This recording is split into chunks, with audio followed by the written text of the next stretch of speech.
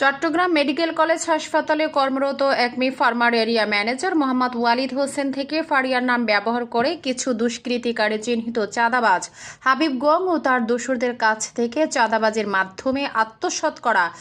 22,000 টাকা divisional manager অ্যাসোসিয়েশনের সহযোগিতায় উদ্ধার করে ফেরত দেওয়া হয়েছে।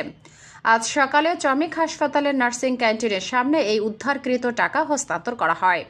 এ সময় উপস্থিত ছিলেন চট্টগ্রাম ফার্মাসিউটিক্যালস ডিভিশনাল ম্যানেজার অ্যাসোসিয়েশনের বিভাগীয় সভাপতি ইমরান হোসেন তালুকদার, সাধারণ সম্পাদক হাবিবুল্লাহ খান সোহেল, চট্টগ্রাম বিভাগীয় সাংগঠনিক সম্পাদক শহীদুল ইসলাম শহীদ, বিভাগীয় উপদেষ্টা জামশেদ আলম, আমিরুল ইসলাম, চট্টগ্রাম দক্ষিণ জেলা ম্যানেজার অ্যাসোসিয়েশনের সাধারণ সম্পাদক মোহাম্মদ আমিনুল ইসলাম আমিন, চট্টগ্রাম উত্তর জেলা ম্যানেজার অ্যাসোসিয়েশন সাধারণ সম্পাদক মোহাম্মদ জামশেদ হক, সাংগঠনিক সম্পাদক আরফাত হোসেন, চট্টগ্রাম দক্ষিণ জেলা ম্যানেজার অ্যাসোসিয়েশন সিনিয়র যুগ্ম সাধারণ সম্পাদক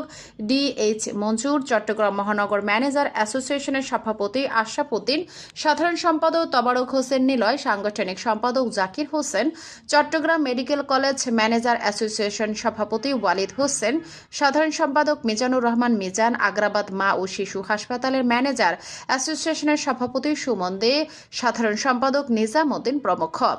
নেতৃবৃন্দ মোহাম্মদ ওয়ালিদ হোসেনকে উদ্ধারকৃত টাকা হস্তান্তর করা হয়। বক্তারা বলেন, যারা চাঁদাবাজি করেছেন তাদের নাম উল্লেখ করেনি, কারণ আপনাদেরকে সতর্ক করছি,